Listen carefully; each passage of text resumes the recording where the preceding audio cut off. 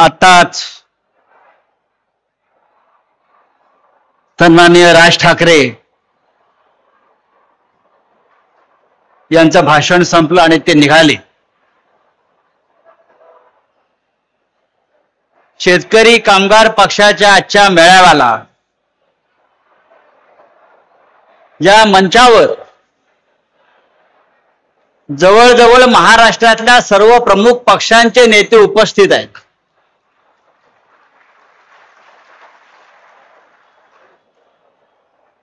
शशिकांतजी शिंदे साहेब आहेत,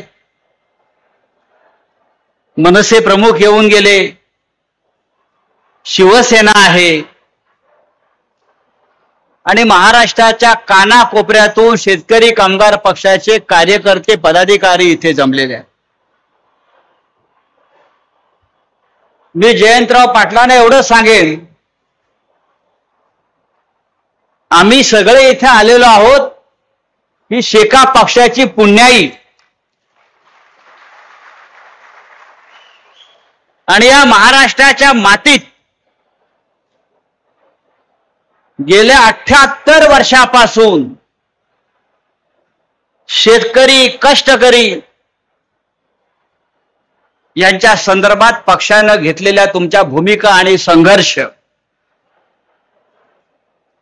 दोन पक्ष या महाराष्ट्रामध्ये आहेत. दोन पक्ष, एक शेतकरी कामगार पक्ष आणि शिवसेना. त्यांना संघर्ष केल्याशिवाय काही मिळालंच नाही. आमच्या वाट्याला सतत संघर्ष. असं वाटतं आता कुठे बरेच दिवस येत आहेत की कोणीतरी मध्ये येतं आणि तुकडे करून जातं. त्या मानानं शरद पवार साहेबांचा पक्ष आमच्या हा तसा पहिल्यापासून इतके मोठे नेते महाराष्ट्राच्या कानाकोपऱ्यात जिल्ह्यामध्ये असे मोठे मोठे नेते तुम्हाला लाभले आणि तुम्ही टिकून राहिलात. शेतकरी कामगार पक्ष आणि शिवसेनेचा असा आहे की आमचे कार्यकर्ते पहिल्यापासून फाटके आणि ह्या दोन्ही पक्षानं महाराष्ट्राच्या मराठी माणसाच्या भूमिपुत्राच्या प्रश्नावर सातत्यानं लढे दिले. हे इथे पाहायला पाहिजे. हे जे फोटो लावलेले आहेत, एकेकाळी हे आमचे हिरो होते सगळे. आम्ही ज्या अनेक गोष्टी राजकारणामध्ये समाजकारणामध्ये आम्ही शिकलो त्याच्यामध्ये हे सगळे शेका पक्षानं निर्माण केलेलं हे नेतृत्व, आधी केशवराव धोंडग्यांपासून उद्धवराव पाटील असतील, आमच्या अलिबागचे दत्ता पाटील, प्रभाकर पाटील, सगळे भाऊसाहेब राऊत ही नावं घ्या तुम्ही. एकेकाळी या महाराष्ट्राचं नेतृत्व जे आहे ते ह्या लोकांनी केलेलं नेतृत्व आहे. हा शेतकरी कामगार पक्ष आहे. महाराष्ट्राला उत्तम अर्थमंत्री कोणी दिला असेल यशवंतराव मोहित्यांच्या रूपानं, ते सुद्धा शेका पक्षाची देणगी. हे मी आपल्याला तरुण पिढीला यासाठी सांगतोय, आज या राज्यामध्ये शेतकरी आणि कामगार हे दोघेही संकटात आहेत. हा महाराष्ट्र गौतम अडाणीनं निर्माण नाही केला. हा महाराष्ट्र अंबानीनं निर्माण नाही केला. हा महाराष्ट्र देवेंद्र फडणवीस यांच्या पूर्वजांनी निर्माण नाही केला. मुंबईसह महाराष्ट्र जो स्थापन झाला तो फक्त गिरणी कामगार, शेतकरी, कष्टकरी आणि त्यात हा लाल बावटा सगळ्यात पुढे होता.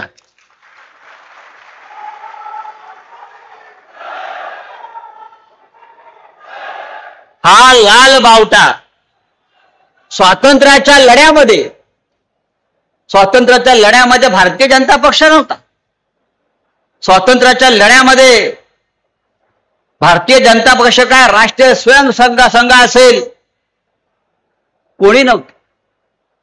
महाराष्ट्राच्या लढ्यामध्ये comrade Shripad Amrut Dange, comrade Anna Bhau Sathe, comrade Amar Shaikh, comrade Gangadhar Reddy, comrade N D. Patil, किती नावं घ्यायची, अहिल्या रांगडेकर, अख्खा रायगड जिल्ह्यातला शेतकरी कष्टकरी समाज हा महाराष्ट्राच्या लढ्यामध्ये होता सगळ्यांबरोबर.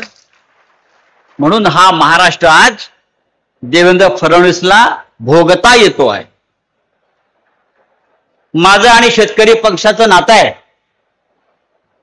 मी रायगड जिल्ह्यातला आहे.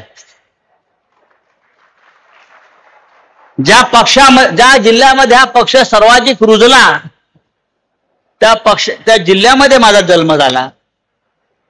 त्या तालुक्यामध्ये माझं शिक्षण झालं.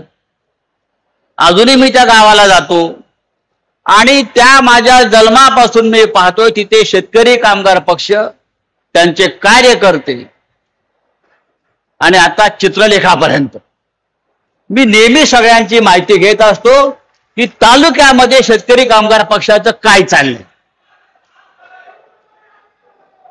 तेव्हा मित्रांनो, मी इतकंच सांगेन, हा शेतकरी आणि कामगार वर्ग जोपर्यंत महाराष्ट्रामध्ये आपण टिकवून ठेवू तोपर्यंत हा महाराष्ट्र आपल्या हातामध्ये राहील. आणि आजच्या सरकारला तेच नको आहे. आपण लढणारे आहोत. शेतकरी लढतो, कामगार लढतो, तो जीवाची पर्वा करत नाही, तो स्वाभिमानी आहे. पण आज गेल्या 5 महिन्यामध्ये या महाराष्ट्रामध्ये 550 शेतकऱ्यांनी आत्महत्या केल्या. काय करतोय आपण? काय करतो? हे शेतकऱ्यांसाठी, कष्टकऱ्यांसाठी आम्ही आवाज उठवतोय, बोलतोय विधानसभेत, लोकसभेत, राज्यसभेत. आमचा आवाज बंद करण्याचा प्रयत्न होतो. आता तर तुम्ही हातामध्ये लाल बावटा घेतलात. मगाशी राज ठाकरे साहेबांनी सांगितलं, लाल बावटा घेतला की तुम्हाला नक्षलवादी ठरवून तुरुंगात टाकलं जाईल, अशा प्रकारचा कायदा आणला. तुम्ही सरकारच्या विरुद्ध बोललात की तुम्हाला नक्षलवादी ठरवून तुरुंगात टाकलं जाईल. तुम्ही सामाजिक आंदोलनामध्ये उतरलात, सरकारला प्रश्न विचारलात की तुम्हाला तुरुंगात टाकलं जाईल. अर्बन नक्षलवाद काय असतं? अर्बन नक्षलवाद मला माहिती आहे. मी देशाच्या कानाकोपऱ्यात फिरतो. आज खेड्यापाड्यावर, आदिवासी पाड्यांवर, जंगलात काम करणारा जो कार्यकर्ता आहे तो कॉम्रेड आहे. तो हातात लाल बावट्या घेऊन काम करतो. मी झारखंड, छत्तीसगड सगळ्या जंगलात जाऊन पाहत असतो. मी त्याला तुम्ही अर्बन नक्षलवादी ठरवून तुरुंगात टाकणार. उद्या शेतकरी कामगार पक्षाच्या कार्यकर्त्यावर सुद्धा हे वेळ येऊ शकते. तुम्ही कष्टकऱ्यांचे प्रश्न उचलता म्हणजे तुम्ही देशद्रोही आहात. तुम्ही कामगारांचे प्रश्न उचलताय, तुम्ही राष्ट्रद्रोही आहात. पण नरेंद्र मोदी हा राष्ट्रद्रोही नाही. देश विकला अंबानीला. लाडक्या उद्योगपतींना अख्खी मुंबई विकली आणि हे लोण आता नवी मुंबई, तिसरी मुंबईपर्यंत आलेलं आहे. आपल्याला सावध राहिलं पाहिजे. आपल्यातला लढण्याचा जो बाणा आहे तो आपल्याला संपवता कामा नये. या महाराष्ट्राचं राजकारण मराठी माणसाच्या हातातच राहिलं पाहिजे. यासाठी आपण आता एकत्र आलं पाहिजे. राज ठाकरे, उद्धव ठाकरे एकत्र आले, अख्ख्या महाराष्ट्राला त्याचा आनंद झाला. पण फक्त राज ठाकरे, उद्धव ठाकरे एकत्र येऊन चालणार नाही. त्यांच्या बरोबर सगळ्या या संघटना मराठी माणसासाठी, कष्टकऱ्यांसाठी काम करणाऱ्या एकत्र आल्या पाहिजे. तर या महाराष्ट्रावर मराठी माणसाचा अधिकार आणि हक्क राहील. अनेक प्रश्न या महाराष्ट्रामध्ये आहे. शेतकरी कामगार पक्षाला निवडणुकीमध्ये यश मिळालं नाही.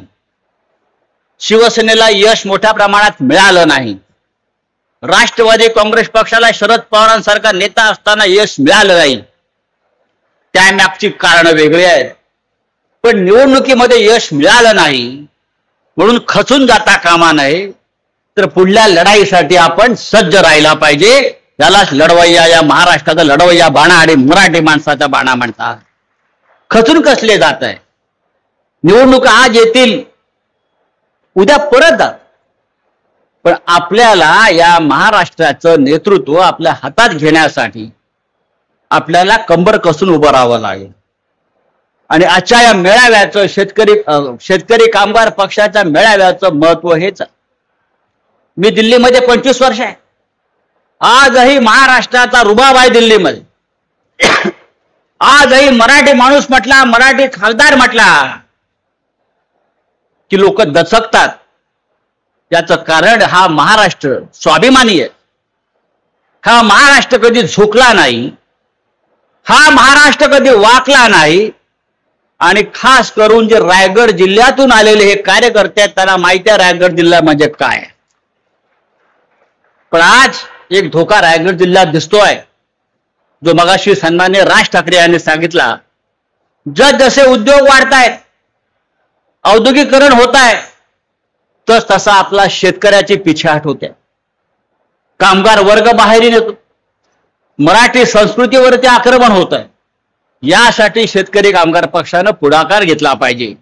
मी जयंतरावांना सांगेन, जयंतभाईंना सांगेन, जयंतभाई, शिवसेनेची आणि आपली विचारसरणी एक आहे.